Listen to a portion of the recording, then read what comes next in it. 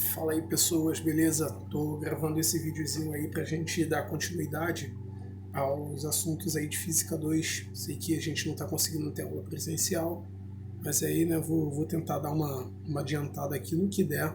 Aqui em vídeo obviamente não vai ser a mesma coisa, mas a gente tenta aí fazer o melhor possível, valeu? Continuando então o assunto de gás perfeito, a gente falou até a equação de Clapeyron na última aula, né? Falamos lá das variáveis do gás. Hoje eu vou falar aqui um pouquinho também sobre a parte das transformações gasosas, né? Como assim transformações? O que são transformações? É quando, de alguma forma, por algum motivo, alguma daquelas variáveis do gás, né, seja pressão, volume, número de mols, temperatura, alguma daquelas variáveis do gás, elas sofrem algum tipo de alteração, tranquilo? E quando isso acontece, a gente vai observar uma coisa curiosa, por exemplo, né? A gente tem aqui uma situação de um gás, beleza?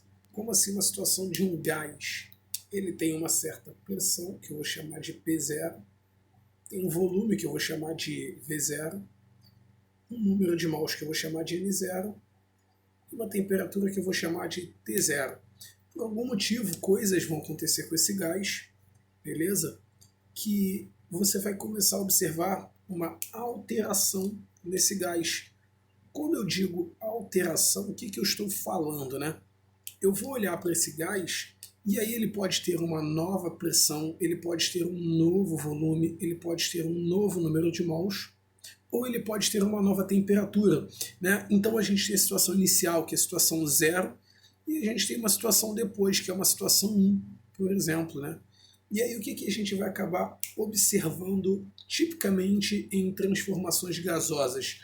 Que a gente vai acabar observando que nós temos uma situação antes da transformação e a gente tem uma situação depois da transformação. Isso aqui é bem típico de uma questão de transformação gasosa.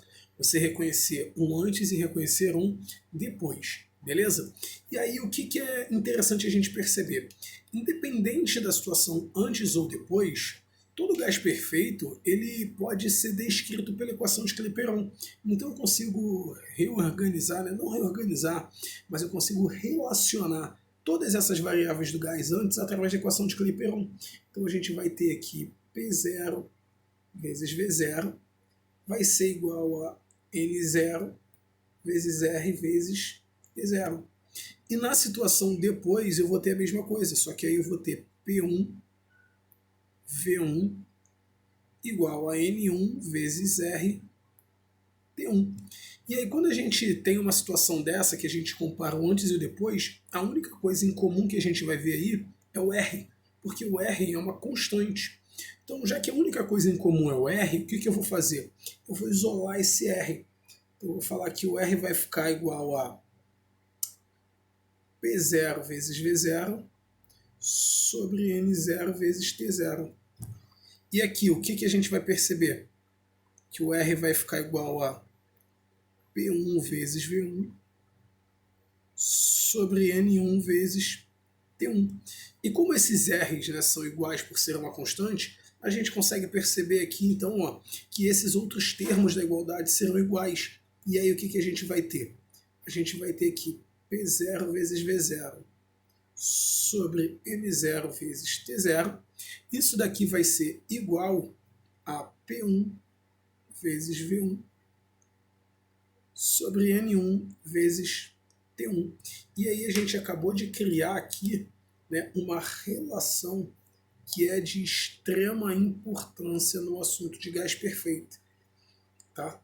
Essa relação aqui ela é tão importante que a gente vai dar um nome para ela. O nome dessa relação vai ser Lei Geral da Transformação Gasosa. Então a gente está falando aqui de uma relação onde a gente tem todas as variáveis do gás antes e todas as variáveis do gás depois da transformação. Então, toda transformação gasosa que se preze, você pode usar de alguma maneira essa lei geral aí, que é o P0V0 sobre N0T0 igual a P1V1 sobre N1T1. Tem uma galera que gosta de falar do PVT Povató, eu não sou muito fã, Mas se você quiser falar aí, ó, é o pivinitipovonotó. Não esquece do N. Tranquilo? Esse N ele vai ser muito importante para a gente. Tranquilo? O que pode acontecer é que você pode vir a trabalhar com alguns casos particulares, né? A gente vai ter aí o que nós chamamos de transformações particulares. Então vamos colocar aqui, ó, as transformações. Eita, transformações particulares. Existem alguns casos de transformações gasosas, né, que tem alguns nomezinhos especiais, que é bom que a gente saiba, né? Então vamos anotar aqui, ó, os nomezinhos de algumas transformações que são muito importantes a gente conhecer. Por exemplo, a primeira transformação a gente chama de transformação isobárica. Isobárica. O que é uma transformação isobárica? Basicamente, é uma transformação onde a pressão do gás se mantém constante. Então, transformação isobárica é uma transformação de pressão constante. Tranquilo? E aí o fato da pressão ser constante vai trazer uma consequência interessante aqui para a gente. Porque olha só, se eu escrevo aqui para você a lei geral da transformação gasosa, P0V0 sobre N0 vezes T0 igual a P1 vezes V1 sobre N1 vezes T1, você tem uma transformação a pressão constante, a pressão inicial e a pressão final vão ser iguais. E se elas são iguais, ó, eu posso cortar a pressão. Tranquilo? Então, você tem essa peculiaridade numa transformação isobárica. Só que existem outras transformações, né? Por exemplo, a gente tem aqui uma transformação que a gente chama de transformação isocórica. Isocórica. Que também pode ser chamada de isométrica ou isovolumétrica. Então, temos aí esses três nomes possíveis para retratar uma situação onde o volume do gás é constante. Então a gente está falando aí de uma transformação a volume constante.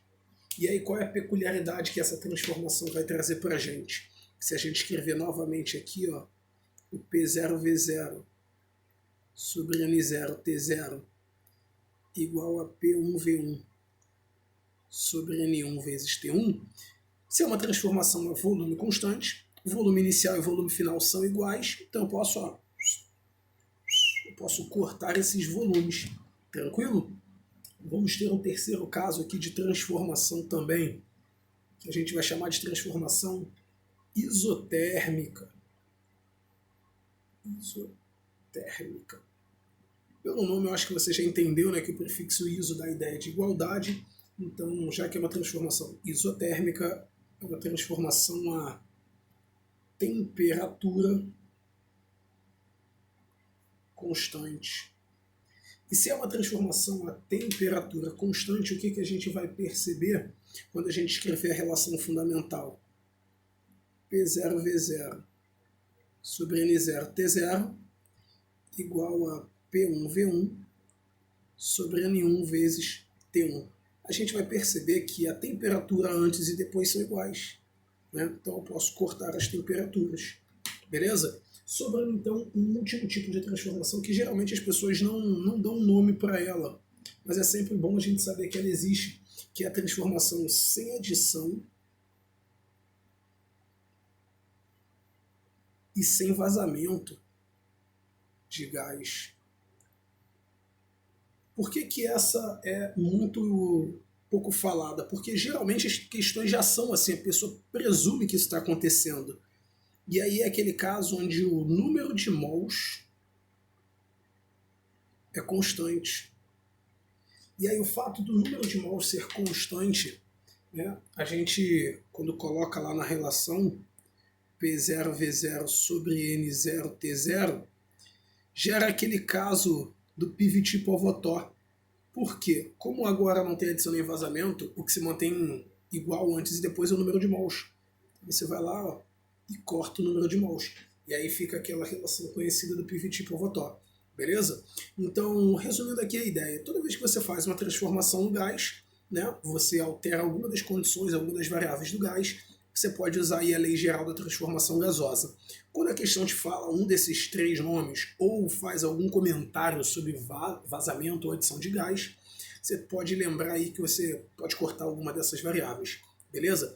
Eu vou dividir essa aula em duas partes, beleza? Eu vou finalizar a primeira parte por aqui, senão o vídeo vai ficar muito extenso. Tranquilo? Daqui a pouco eu vou para a segunda parte da aula. Valeu? Então a gente vai voltar aí, ó, falando agora dos gráficos das transformações, né? Onde que geralmente pode aparecer essas transformações, além dos nomes. E aí eu coloquei três gráficos aqui para a gente iniciar a construção deles, beleza? O primeiro gráfico vai ser o do volume do gás em função da temperatura. O segundo gráfico vai ser da pressão do gás em função da temperatura. E por último, o famoso gráfico PV, né, o gráfico da pressão em função do volume. As questões geralmente quando aparecem esses gráficos eles te dão alguns desenhos, né? Vamos começar aqui pelo volume em função da temperatura. O cara te dá um gráfico geralmente que é isso aqui, uma reta crescente. O que significa dizer que isso é uma reta crescente? Significa dizer que isso daí veio de uma função do primeiro grau, né? Como assim? A gente está falando de grandezas que são diretamente proporcionais. Conforme a temperatura aumenta, o volume também aumenta. E aí a gente pode escrever isso na equação de Klepper-1 para ver o que está acontecendo, porque confirma comigo. Se PV é igual a NR vezes T, e eu quero que o gráfico dê uma função de primeiro grau, de modo que o volume cresça diretamente proporcional com a temperatura, se eu quero que isso aqui aconteça, quer dizer que todos os elementos da minha função eles precisam ser constantes. E para todos eles serem constantes, o R é uma constante, o número de mols vai ter que ser uma constante, ou seja, não tem adição nem vazamento de gás, e aí ó, a pressão também vai ter que ser constante. E se a gente está falando de uma transformação a pressão constante, né, a gente está falando aí, né, de um caso de transformação isobárica, certo? Então a gente vai ter que saber que esse gráfico representa uma transformação isobárica. Tranquilo? Então tá aí, ó. Esse gráfico está me dizendo isso. Show? Quando eu pego ali o gráfico pressão-temperatura, pode acontecer algo muito parecido, olha lá, uma reta crescente. E aí agora a gente está falando de uma reta crescente, né, grandezas diretamente proporcionais, função de primeiro grau, da pressão com a temperatura. Então quando a gente escreve lá o PV igual a NR vezes T, e aí a gente está querendo que a pressão cresça linearmente com a temperatura, todos os outros elementos vão precisar ser constantes. Então o R é constante, o número de mols é constante, sem adição, sem vazamento de gás. Só que aí agora a gente vai falar de um caso onde o volume está constante. Tranquilo? E se o volume está constante, essa aí é uma transformação que a gente chama de transformação isocórica. E aí a gente tem aqueles outros nomes também, né? Isométrica, isovolumétrica, beleza? O caso que é mais diferente é o do gráfico PV. Quando aparece esse gráfico, uma das possibilidades, existem várias que a gente vai ver lá na termodinâmica, mas uma das possibilidades é essa hipérbole equilátera assintótica. Essa curvinha aqui que ela é característica de grandezas inversamente proporcionais. Calma aí que minha caneta caiu. Mas vamos lá. Então, essa curva é característica de grandezas inversamente proporcionais. Então, quando a gente escreve aqui, ó, PV igual a NR vezes T, para P e V serem inversamente proporcionais, né, pressão crescendo com volume diminuindo, eu preciso do número de mols constante, ou seja, mais uma situação sem adição e sem vazamento de gás. O R é uma constante, só que agora o T também vai precisar ser constante. E aí, se a gente está falando de um T constante, de uma temperatura constante, a gente está falando de uma transformação isotérmica. Então, a gente está falando aí que Os três gráficos eles podem ser dados para representar algumas daquelas transformações particulares. Tranquilo isso? Beleza? Algum problema aí? Não, né? Eu espero que não tenha problema, beleza? E aí, para a gente fechar, tem um último tópico que eu gostaria de comentar, que é o tópico das misturas de gases, né? Deixa eu colocar aqui mistura de gases. Para não gastar muito tempo, eu vou pausar aqui o vídeo enquanto eu faço o desenho dos recipientes com os gases, beleza? Já volto. Então vamos lá, vamos voltar aqui, ó. Peguei 3 recipientes distintos, tranquilo? Por que eu peguei 3 recipientes distintos? Porque no primeiro recipiente eu vou botar um número de mols Na de um gás qualquer. Então vou botar aqui, não sei se você lembra, o número de mols está associado à quantidade de gás dentro do recipiente. Então botei dentro do recipiente A o número de mols Na. No recipiente B, vou botar um outro número de mols de um outro gás, Nb. E o que eu vou fazer agora? Eu vou juntar eles dentro do terceiro recipiente. Então eu vou ter o gás do primeiro e o gás do segundo. Então aqui ó, eu vou ter a quantidade de gás que veio do primeiro recipiente, mais a quantidade de gás que veio do segundo recipiente. E aí a minha questão toda vai ter que perceber, né? A gente vai ter que perceber que no final, o número de mols final do gás, ele vai ser um somatório. Como assim? Como a gente está falando de um gás perfeito, né? Um gás que não sofre reação química, então no final, o que tem que ter lá? Tem que ter o que eu coloquei. Então tem que ter Na mais Nb. Então, isso é o que a gente tem que perceber que tem no final. Então, no meu recipiente final, eu tenho que ter o que eu tinha no primeiro, mais o que eu tinha no segundo. Tranquilo isso? Essa ideia é muito complicada? Espero que não seja. O que é interessante dessa ideia é a consequência que ela traz. Porque se a gente pegar lá da equação de Clapeyron o PV igual a NR vezes T, quando a gente vai determinar o número de mols, o que vai aparecer para a gente é um PV sobre R vezes T. E aí, se eu pegar essa ideia e jogar lá dentro, se eu juntar essas duas ideias, olha o que vai acontecer aqui. Ó. Pensa comigo, vamos lá, se eu junto isso daqui, ó, se eu pego essa ideia e junto com essa ideia aqui, ó, a gente vai perceber que o que vai acontecer é mais ou menos isso aqui. Ó. Quem vai ser o meu número de mols final? Vai ser a pressão final vezes o volume final sobre R vezes a temperatura final, igual a Na, PA vezes VA, sobre R vezes TA, mais PB vezes VB, sobre R vezes TB. Se eu tivesse um terceiro recipiente C jogando ali dentro também, ia aparecer mais um NC aqui no final. E aí ia aparecer mais um PCVC sobre RTC. Beleza? E quantas misturas eu for fazendo. E aí o que a gente vai perceber nesse cara aqui? Ó? A gente vai perceber que o R está presente em todo mundo. Ó. E aí eu posso cortar o R. Quando eu corto esse R, o que sobra aqui? Ó?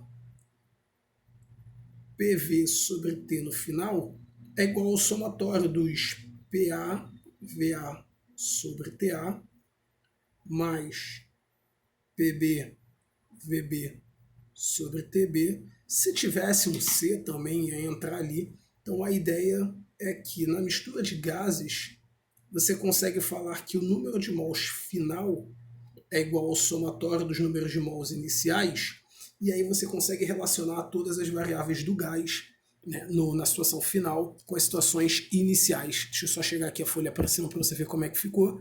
Então a ideia da mistura de gases é essa daí. Tranquilo, galera? De transformação gasosa, isso daí é o que a gente tem por enquanto, né? Então, nas próximas aulas, a gente vai ver como é que vai ficar essa situação aí do corona.